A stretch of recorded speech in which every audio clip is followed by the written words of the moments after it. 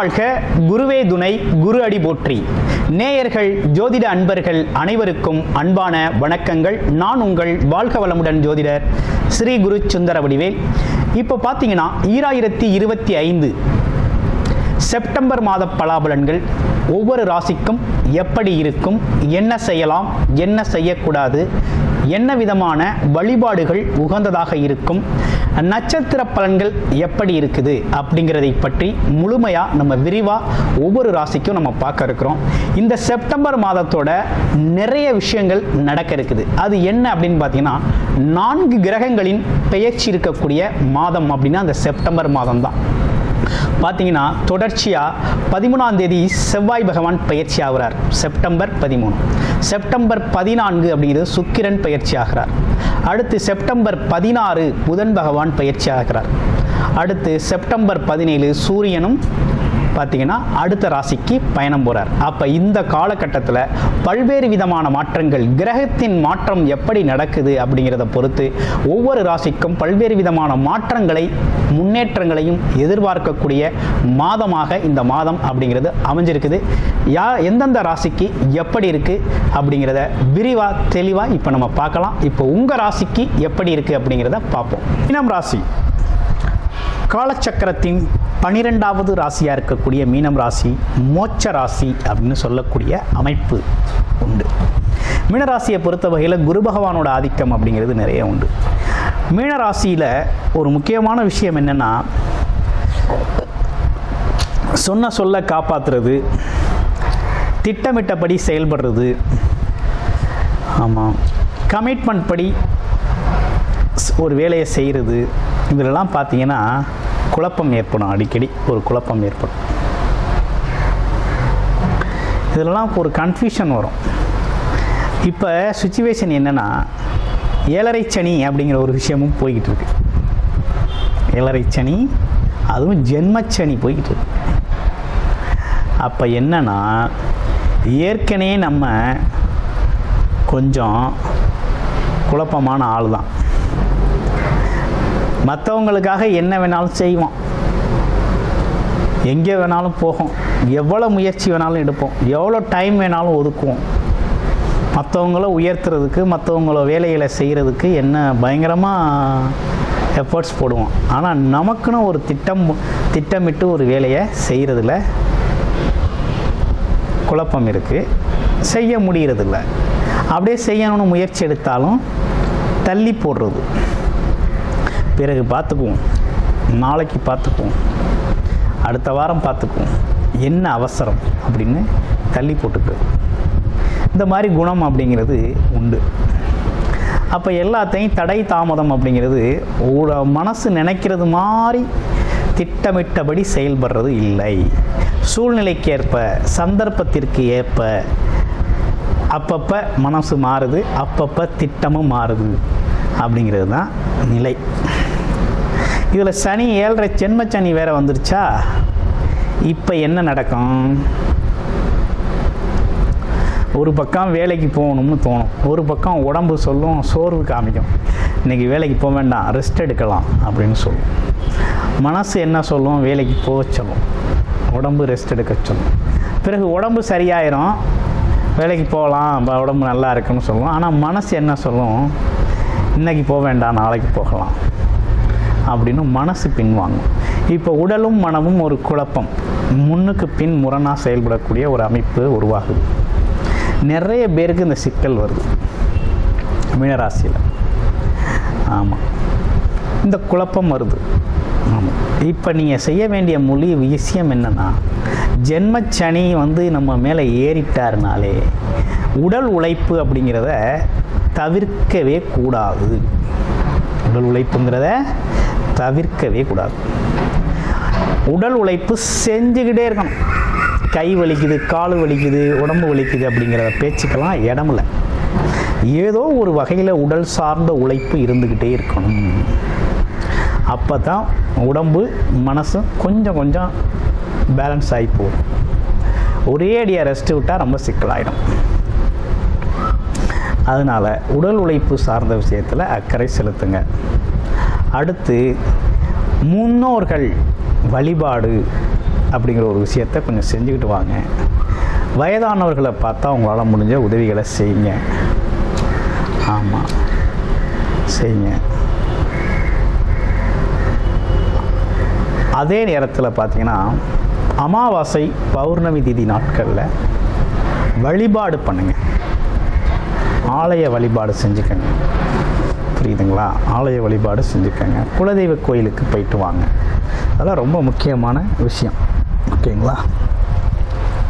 அடுத்து வெளிநாடு வெளியூர்லாம் போகணும்னு முயற்சி பண்ணீங்க அப்படின்னா உங்களுக்கு சாதகமாக இருக்கா வேலை தொழிலுக்கு அப்படின்னு பார்க்கையில் போகலாமா அப்படின்னா வேலை உறுதியாக உண்டுங்க. வேலை உறுதியாக உண்டு. சரி, வெளிநாடு வெளியூர் போகலாமா அப்படிங்கிறது தான் இப்போ கேள்வி. தாராளமாக போகலாம். தாராளமாக வெளிநாடு வெளியூரில் போய் வேலை பார்த்தீங்க அப்படின்னா ரொம்ப நல்லாயிருக்கும்.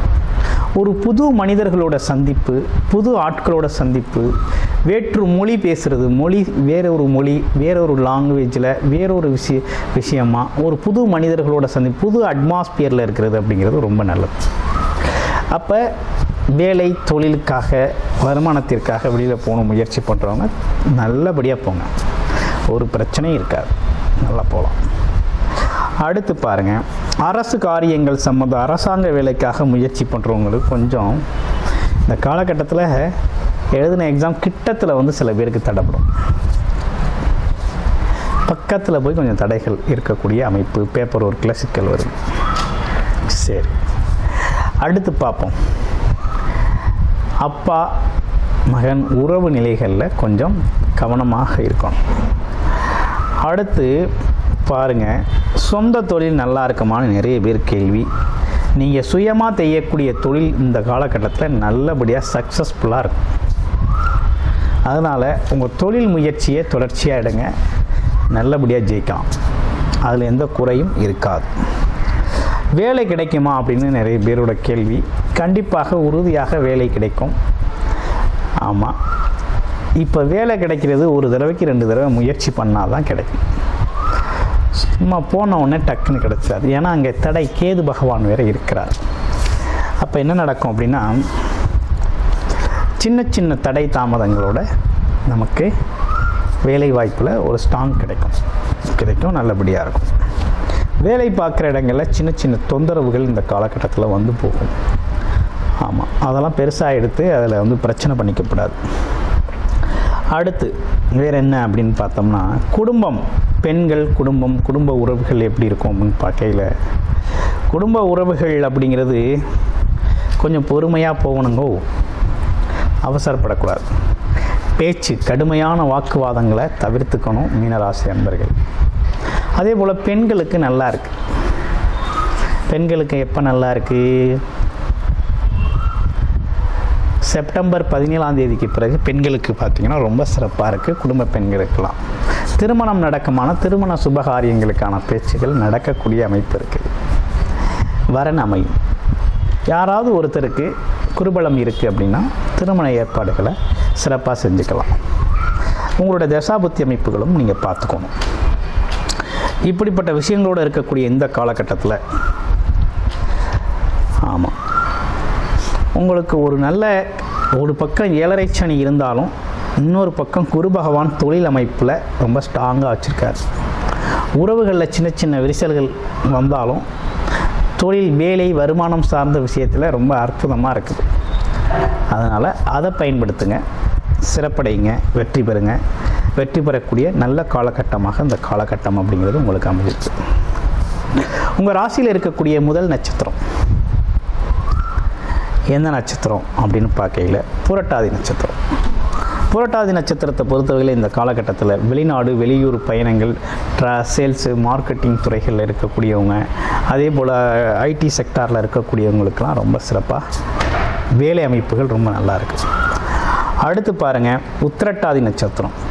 உத்திரட்டாதி நட்சத்திரத்தை பொறுத்த வகையில் பார்த்திங்கன்னா சின்ன சின்ன குழப்பங்கள் இருந்தாலும் ஆனால் வேலை தொழில் அப்படின்னு எடுத்துக்கிட்டோம்னா ரொம்ப ஸ்ட்ராங்காக இருக்குது. வருமானத்துக்கு ரொம்ப சூப்பராக இருக்குது. அதே நேரத்தில் ரிலேஷன்ஷிப் சார்ந்த விஷயத்தில் கொஞ்சம் விட்டு கொடுத்து போகணும்.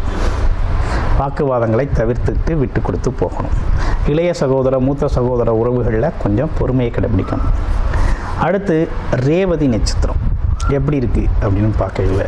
ரேவதி நட்சத்திரத்தை பொறுத்த வகையில் செப்டம்பர் 17ஆம் தேதிக்கு பிறகு தான் கொஞ்சம் நல்லா இருக்குது. எடுத்த காரியங்களில் வெற்றி, படிப்பு சார்ந்த துறைகளில் வெற்றி, தொழில் அமைப்புகளில் வெற்றி, கமிஷன் தொழில்களில் வெற்றி, வியாபாரம் சார்ந்த தொழில்களில் வெற்றி அப்படின்னு பல்வேறு விஷயங்களில் வெற்றி பெறக்கூடிய அமைப்பு வருது. திருமணம் சார்ந்த விஷயங்கள், முயற்சிகள் கைகூடுவது, இப்படிப்பட்ட விஷயங்கள்லாம் நடக்க அமைப்பு அப்படிங்கிறது சிறப்பாக இருக்குது. ஆக மொத்தத்தில் இந்த மீனராசி அன்பர்களுக்கு உடல் ஆரோக்கியம்லாம் எப்படி இருக்குது அப்படின்னு பார்க்கையில், உடல் ஆரோக்கியம் சார்ந்த விஷயங்கள் பார்த்திங்கன்னா கொஞ்சம் கவனம் எடுத்துக்கணுங்க. அதில் எந்த துறை எது சார்ந்த விஷயத்தில் கவனம் எடுத்துக்கணும் அப்படின்னு பார்த்தோம்னா, இடுப்பு வலி, எலும்பு வலி, வயிறு சார்ந்த விஷயங்கள், அடிவயிறு சார்ந்த விஷயங்கள் எல்லாம் கொஞ்சம் கவனம் எடுத்துக்கணும். அதே போல் வண்டி வாகன பயணங்கள் அப்படிங்கிறது கொஞ்சம் பார்த்து போகணும். சறுக்கலான இடங்கள், மலைப்பகுதியில் ஏறுறது, படிக்கட்டுகள் ஏறுறது, பாத்ரூமில் நடக்கிறது, இதெல்லாம் வழுக்கி விழாமல் கொஞ்சம் நிதானமாக இருக்கும். ஆமாம், உடல் ஆரோக்கியங்கிறது வயிறு, இடுப்பு பகுதிகள் இது சார்ந்த விஷயத்தில் கொஞ்சம் பெயின் வரும். அப்போ என்னென்னா உணவு முறைகளையும் உறக்கத்துலேயும் கொஞ்சம் கூடுதல் கவனம் எடுத்து உடம்பை பார்த்துக்கணும். மற்றபடி விஷயங்கள் எல்லாமே இப்படி இருக்குது. இந்த மாதத்தோட கிரக மாற்றங்களுக்கு ஏற்ற இந்த அமைப்புகளோடு இருக்குது. இப்போ உங்களுடைய பிறப்பு ஜாதகம் எப்படி இருக்குது அப்படிங்கிறத பார்த்துட்டு எந்தெந்த துறை சார்ந்து நீங்கள் இருக்கிறீங்களோ அது சார்ந்த முயற்சிகளில் சாதகமாக இருக்கா பாதகமாக இருக்கா அப்படிங்கிறத இதோட ஒப்பிட்டு பார்த்து, தசாபுத்தி அமைப்புகளோடு ஒப்பிட்டு பார்த்து அதற்கான முயற்சிகளை எடுத்து மிகப்பெரிய லெவலில் இந்த காலகட்டத்தை பயன்படுத்திக்கலாம்.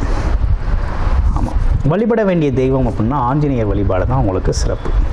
பண்ணிக்கோங்க. நன்றி, வணக்கம், வாழ்த்துக்கள்.